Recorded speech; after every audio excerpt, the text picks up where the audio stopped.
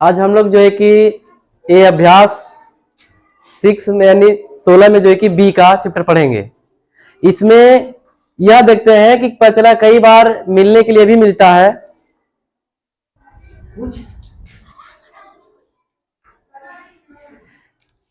इसमें यह देखने के लिए मिलता है कि 16 चैप्टर में जितनी भी हैं, अर्थात इसमें पासे का जैसे होता है कि गोटी बनाया जाता है, तो कहते हैं कि ये गोटी में होता क्या है, ऐसे ड्रिल पटल बना दिया जाता है और क्या करते हैं, लूडो को खेलते हैं।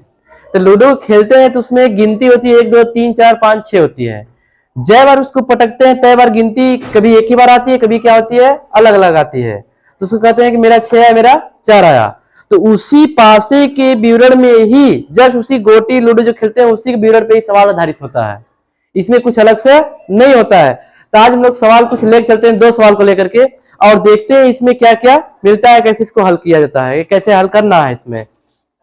जैसे एक सवाल हमारे सामने पर उपस्थित है कि 2 सिक्के एक साथ, 2 सिक्के, कोई 2 सिक्के हैं जिनको एक साथ क्या किया जाए, उछाले गए हैं।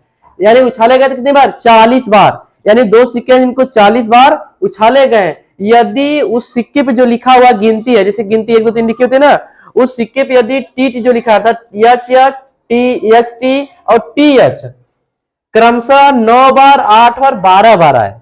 कितने बार, क्रमशः 9 बार, अर्थात एच एच कितने बार आया है, 9 बार, और एच टी कितने बार आया है, 8 बार, और एच टी एच जो कितने बार आया है, 12 बार।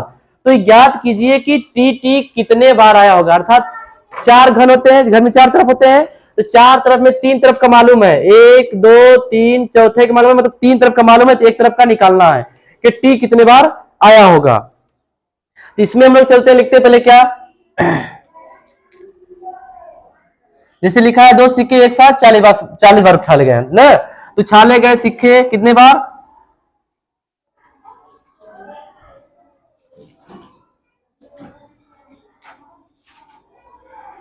यहां से हम लोग हल करना चालू करते हैं। उछाले गए सिक्के 40 बार, ये 40 बार आया है।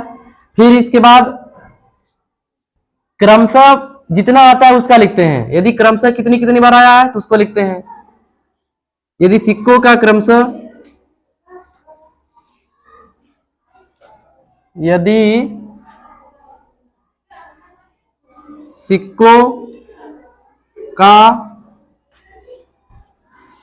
क्रमशः बराबर कर लेते हैं, एच एच एच टी और टी एच बराबर कितना दिया है, 9 8 12 बार दिया है। अर्थात इसको जोड़ लेते हैं। पहला क्या है, 9 है, फिर इसके बाद 8 है, फिर इसके बाद कितना है, 12 है। ठीक, ये हो गया हमारा कि ठीक है, यदि सिक्के को क्रमशः इतनी इतनी बार उछाला गया तो उसमें टी का मान पूछ रहा है। तो ठीक है, टी का मान बराबर इसे निकालते हैं कि टी कितनी बार, तो टी का मान बराबर, टी का मान बराबर यक्स बराबर कर सकते हैं 2 बार से, या लिख सकते हैं क्रमशः मान यक्स बराबर, जैसे कि लिखा कितने गया है, तो इसको जोड़ेंगे तो कितना हो जाएगा, 12 8 20 9 कितना होता है, 29। तो उछाले गए सिक्कों का संख्या बराबर कितना होता है, 40 बराबर है 40 बार। इसके बाद माइनस जो कि यह सिक्कों का क्रमशः पलट, अर्थात चित्र जैसे लिख रहा है पलटने की, अर्थात क्रमशः कितनी बार आया, पलटे गए, उछाले गए सिक्के में यदि क्रमशः इतनी बार आए तो उसमें लिख सकते हैं कि क्रमशः बराबर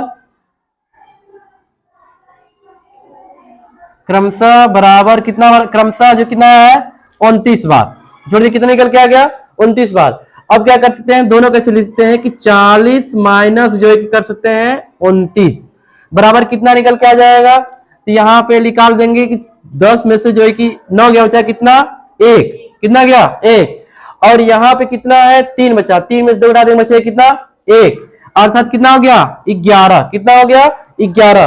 अब हम कर सकते हैं, जैसे पूछ रहा है कि टी कितनी बार आया होगा, तो लिख सकते हैं टी टी की संख्या बराबर 11 बार, अर्थात हमारा टी कितने बार आया है? 11 बार। अब दोबारा इसको रिवाइज करके छोटे मत है, ज्यादा बड़े विस्तार में नहीं है, छोटे में हम लोग देख लेते हैं कि क्या ये जितना लगाया जा सकता है क्रमशः क्या उचित है। तो जैसे कि हो गया कि उछाले गए सिक्के कितने बार है? 40 बार। उछाला गया सिक्का मंत्र बराबर कितने बार? 40 बार। यदि सिक्कों का क्रमशः आने का मतलब छोटे में लिखे गए हैं कि सिक्कों का आने का क्रमशः कितना है? टी यानी एच टी और टी एच इसके पलट दिए, अर्थात 9 8 12। अब हो गया कि ठीक है टी का मान बराबर यक्स लेते हैं कि यक्स बराबर कितने बार आया है? तो यहाँ पे देखते हैं कि 40 बार जो है कि उसका सिक्के का उछाला गया है, आया कितने क्रमशः है? 29 बार। तो इसका करते हैं घटा लेते हैं, घटाएंगे कैसे कि क्रमशः बराबर कितना है? 29 है, तो क्रमशः बराबर 29 लिखा है और ये उछाला गया बराबर 40 बार। तो 40 माइनस क्या कर लेंगे? 29, जो बराबर निकलेगा हमारा टी हो जाएगा। क्या कह सकते हैं कि टी संख्या बराबर 11 बार, अर्थात टी कितनी बार आया है? तो लिख सकते हैं टी 11 बार आया है। टी संख्या बराबर 12, तो यहां कर सकते हैं टी 11 बार आया है। टोटल ये हो गया, हम आंसर यहां से भी दिखा सकते हैं। ठीक, ये हो गया हमारा पहला सवाल। फिर दूसरा सवाल क्या है? एक सिक्का 1000 बार उछाला गया और पाया गया कि चित जो है कि 455 बार आया। ज्ञात कीजिए कि पट आने का प्रतिशत कितना। अर्थात पट की संख्या नहीं पूछ रहा है बल्कि पट की क्या पूछ रहा है? प्रतिशत पूछ रहा है। तो प्रतिशत के लिए क्या करेंगे कि एक सिक्का कितने बार उछाला गया है? उछाला गया सिक्का बराबर तथा कितने बार सिक्का उछाला गया? तो 1000 बार उछाला गया सिक्का, उछाला गया सिक्का बराबर कितना है? 1000 बार। ये हो गया 1000 बार। ठीक, फिर इसके बाद क्या है? और पाया गया चित बराबर, पाया गया चित बराबर 455 बार, 455 बार। ये हो गया 455 बार आ गया। अब ज्ञात कीजिए कि पट आने का प्रतिशत बराबर। तो पट आने का प्रतिशत बराबर लिख सकते हैं, जगह यहां नीचे कम इसीलिए यहां पर हम लोग दिखा देते हैं कि पट आने का प्रतिशत बराबर माना यक्स। मालूम नहीं है तो ठीक है, हम क्या करते हैं कि टोटल अभी 1000 बराबर, तो यहां पे लिख सकते हैं कि 1000 बार उछाला गया। तो यहां पे क्या कर सकते हैं, कैसे लिख सकते हैं? उछाला गया सिक्का माइनस चित कर सकते हैं।